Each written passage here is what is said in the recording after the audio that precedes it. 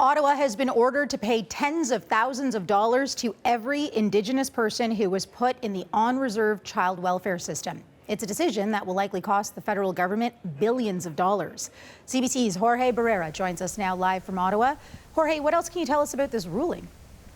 Well, in this stunning ruling from the Human Rights Tribunal, they have ordered Canada to pay every single First Nations child that was in the on-reserve child welfare system from January 1st, 2006 onwards, $40,000. The tribunal also ordered Canada to pay the parents and grandparents, the grandparent was the primary caregiver of these children, $20,000 plus an additional $20,000 for every child that they had taken from their home unnecessarily.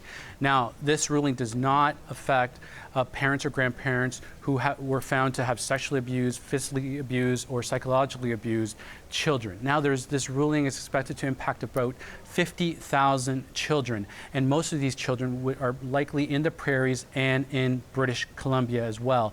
This ruling also orders Canada to pay $40,000 to children and their parents or grandparents who had to be removed from their home to access services like health services, or who were denied health services under Jordan's Principle. And Jordan's Principle basically says that a child on reserve needs to get the same level of services as children off reserve, and that any issues about who pays for it come after the child receives that service. And I just want to read a little bit from the ruling to sort of show what the tribunal's justification for coming to this conclusion.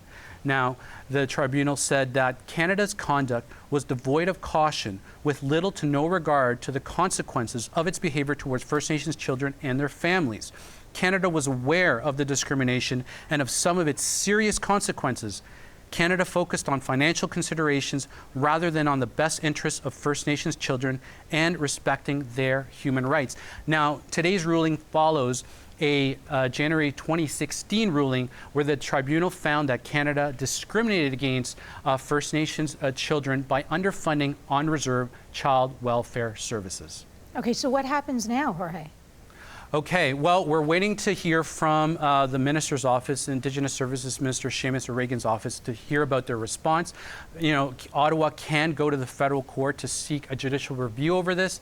The tribunal has also ordered Canada to enter into talks with the Assembly of First Nations and the First Nations Child and Family Caring Society, who actually filed the original human rights complaint in 2007, to sort out the mechanisms of how this compensation can be distributed. And the tribunal wants to see proposals by December 10th.